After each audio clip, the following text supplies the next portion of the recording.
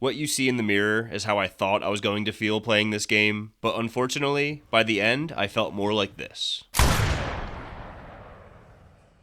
If you missed my RE2 Remake review, I'm someone who grew up around the original RE games with my older brother playing them, but I have never completed them myself. Looking at the PlayStation 1 Nemesis case as a kid, I thought it looked like the coolest thing ever. But with the controller in my hands as a youth, I was not cut out to play through the game, being 5 years old when it came out, and maybe a few years older when I actually tried it. Going back to the original games as an adult, the gameplay sadly just isn't for me. That said, I was so excited to finally see firsthand what this Nemesis character is all about. I'm sure you saw the title of this video. All you need to look at is the runtime of this game versus its predecessor in RE2 Remake to get the gist that this game has less to offer. But that is only the tip of the iceberg. Runtime typically means very little to me, as I would take a great 8-hour game over a mediocre 40-hour game every day of the week. But this game does not have greatness on its side to overshadow the short runtime. In RE3 Remake, we start off in Jill Valentine's apartment, take a look at her investigation board where she's trying to track down Pepe Sylvia, realize it's a nightmare, and then wake up again. This opening gives us a taste of the mental trauma Jill is experiencing following the events at the Spencer Mansion. This feels like an effective opening for a psychological horror game, but that's not what this game is, and the game abandons any notion of Jill being a traumatized person once we leave this room. Nemesis quickly shows up with trash bags wrapped around him, looking like he's on his way to the derelict fashion show. No shade here, I think he looks awesome. Our first pursuit is underway, but largely as an on-rails cutscene-filled experience. Under the Mayo made a passionate video about this years ago, pointing out how dumb this sequence is, including Jill using a bookshelf to stop Nemesis after he just busted through a brick wall like the Kool-Aid Man. Oh no! Oh yeah! We make it to the street and meet up with Brad Vickers, who dons the yellowest vest of all time. It's funny how there's no convincing sense of urgency here. I don't know about you, but if I just got away from this monstrosity that can run through brick walls, this would be me. Anywho, Brad does not last long, suffering a slightly different fate than he did in the original game. We then make it to the top of this parking garage where Nemesis slow walks in looking totally badass. We get the shitty horror movie trope of the car not starting, and Jill gives us her best Freddy Krueger impression. It's my turn, bitch! Jill then takes Nemesis off the edge of the garage and somehow doesn't splatter her seatbeltless brains into the steering wheel, but that's okay. Logic already went out the window with the bookshelf. Next, we see Nemesis slow walking like a badass yet again, and we get our first look at that damn smile. In comes Carlos, who I think most people would agree is one of the few bright spots in this game. I don't think anyone would want to live in a Cold, cruel, Carlosless world. As for the other UBCS members, Nikolai is the most obvious bad guy allied with good guys of all time, so nothing too interesting there. Mikhail seems like the man and goes out like a boss, but we don't spend enough time with him to make that moment really strike a chord. We do spend more time with Tyrell, who I like, but we don't really know much about. I couldn't help but picture Lance Reddick playing this character given his bald head, glasses, and ties to the series. But since this game is a joke, I think Hannibal Buress would be a more fitting casting. That's really all I have to say about the supporting characters in this game. RE2 Remake, in comparison, had such interesting side characters and enemies who aroused a wide spectrum of emotions for the player and gave us memorable moments. That includes Marvin Branagh, who makes an appearance in this game, revealing that his nature to care for and help others was his downfall.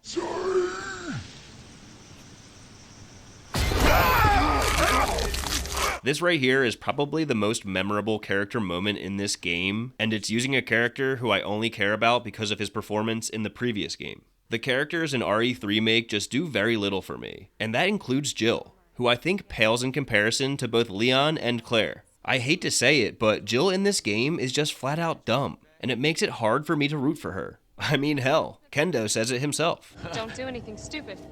Oh, that's your job, right? There are two moments in particular that made me think Jill is an idiot who does not display any sort of survival instinct to make her a fitting protagonist in this game. The first moment is this. After seeing Nemesis survive bullets to the face, a building collapsing on top of him, getting pile-driven by a car, amongst other things, Jill says this. Bitch can't even swim. Really? What on earth gave you the impression that he is down for the count after falling into the water for 2 seconds? Instead of thinking, oh shit, this is a creature that is intelligent enough to jump into the water to put the flames out, I should probably run. She thinks she's just free to hang out vulnerably above where a bioengineered killing machine just disappeared into. And then to the surprise of absolutely no one except Jill, he emerges, leaving you with only one direction to go since you decided to stand on this bridge. This leads into a boss battle, which was one of the most unnecessarily long boss fights ever. Watching him run around in circles, taking a million shots, even if I shot his supposed weak spot. To make matters worse, at one point Nemesis perched himself atop the clock tower. That feels like a total slap in the face by the developers, almost mocking us, with the clock tower being a playable section in the original game that they disappointingly left out of this game. After who knows how long, we take down Nemesis. Anyone with a single brain cell would assume that he's down but not out, given the resilience he has shown up until this point. But not our hero Jill, who decides to step over Nemesis like she's Allen Iverson in the 2001 NBA Finals. Instead of, I don't know, running the fuck away or not turning your back to him. Jill, you deserve to get infected, and you're lucky that Carlos is such a beast that he's able to save you. Yeah, this game is dumb. I mentioned the wall running dogfight is dumb, but so is the previous boss encounter with Nemesis where he just chases you in a circle with a flamethrower. Maybe the simplicity of this fight harkens back to the encounters with Nemesis in the original game, and it's kind of cool that you can shoot the tank on his back, forcing him to use the flamethrower as a melee weapon. But apart from that, this is one of the most brain-dead boss battles I can think of. There's another boss fight later on similar to the wall running fight, but this time there's tanks we shoot at, and zombies periodically drop into the arena feeling totally out of place mechanically, like we're being given fodder enemies to refill our ammo in Doom Eternal. Both of the puzzles in this game are dumb. Yup, there's only 2 puzzles. In an earlier cutscene, a claymore magically spawns right after Jill runs past it, just in time to hit Nemesis, which, if Call of Duty taught me anything, that does not make sense. This rolling head is dumb, not only in how bad the animation of it rolling looks, but also in that you can read a note prior mentioning how the head is loose, which got me excited. I was thinking I was going to have the option to shoot the head loose and take out a bunch of zombies or slow down Nemesis, but instead it's just a meaningless scripted moment.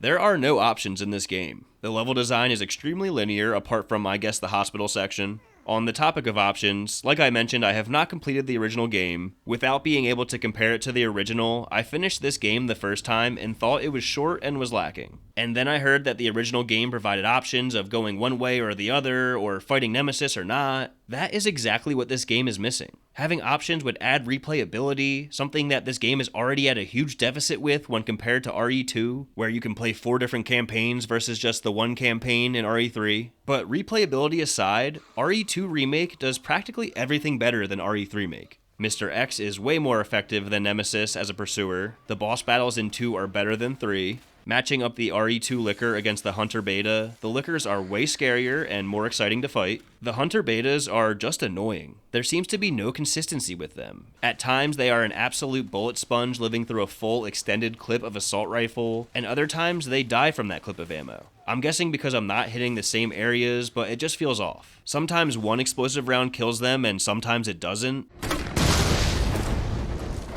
In this clip, I shoot one with an acid round, and then a second one runs up and dies without me even shooting them. Must have dipped his toes in the acid pool, I don't know. Maybe I'm mistaken and my health wasn't full in both of these scenarios, but at times they one-shot me, which is not fun. And other times they don't one-shot me. Maybe the difference is the one-shot got me from behind, I'm not sure.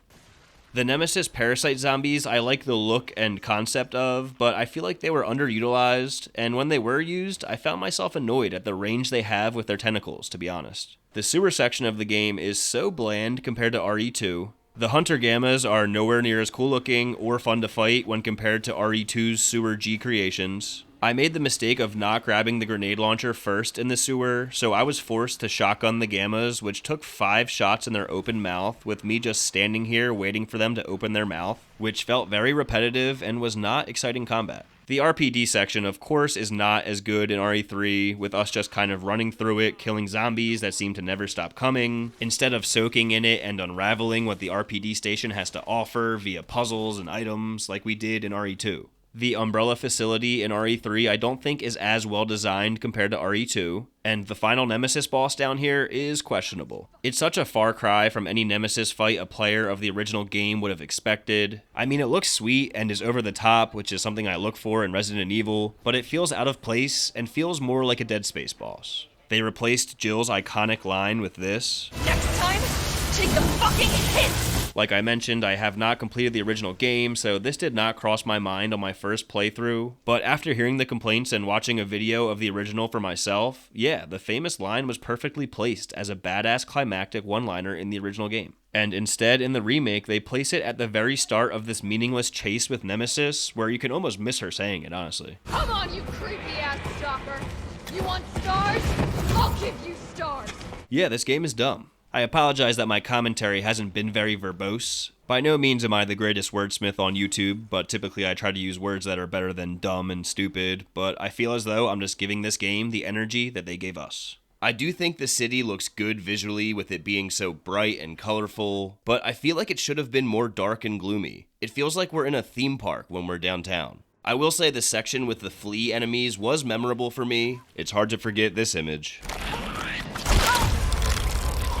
It's so graphic and nasty, it honestly rules. It's like a facehugger from Alien, obviously, but this section was short, so not a whole lot to make out of it in my opinion. The dodge mechanic I understand was in the original game, but to me it takes away a huge degree of the horror when you can dodge everything, including Nemesis. And the perfect dodge animation feels a bit out of place. There is definitely a more action focus to this game with the option to shoot electric boxes and barrels all over. Not to mention Carlos's gameplay, which is much more action-focused in general, and especially in this horde mode encounter in the hospital, which had me forgetting which game I was even playing. I did like the music here in the Umbrella facility, as it reminded me of the score from John Carpenter's Halloween.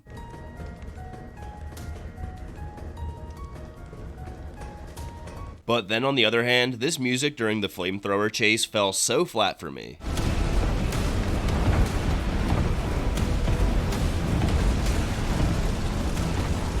This music was not heightening the moment for me at all, and what on earth is this beat?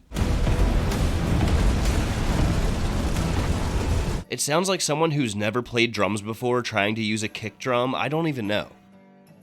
I'm usually drinking the Glazerade on this channel, but not with this game. This is the first largely negative review I've done, which I do not find as enjoyable as praising good games, but I think the negativity is deserved here. Even right at the end of the game, we have another played out trope where Carlos says, "Take this shot, there's no other way." Yeah, there's probably another way. Jill could walk right up to him and shoot him in the leg. I don't know, think of something. I think if you handed someone who's never played a Resident Evil game a controller and had them play this game, they may think it is good. But it pales in comparison to the other recent games in the franchise and massively fails to live up to the original, from what I've been told and have been convinced of thanks to the many YouTube videos out there. Thank you to all the people making videos out there, you're great. I would like to mention that I did feel guilty putting the clown makeup on Jill for this thumbnail, being that she is a staple character in my favorite video game franchise. So please know that this thumbnail only applies to this version of the character for me. I should also acknowledge that this game was released a little over a year after the RE2 Remake, which is very short by today's standards and certainly gives reason for some of the issues with this game, but that should not absolve Capcom from the sin that is. Let me know your thoughts on RE3 Remake down in the comments. Am I being too harsh? Am I not harsh enough? Would you ever want to live in a cold, cruel, Carlos-less world? Let me know down below, and stay tuned for more video game reviews coming soon.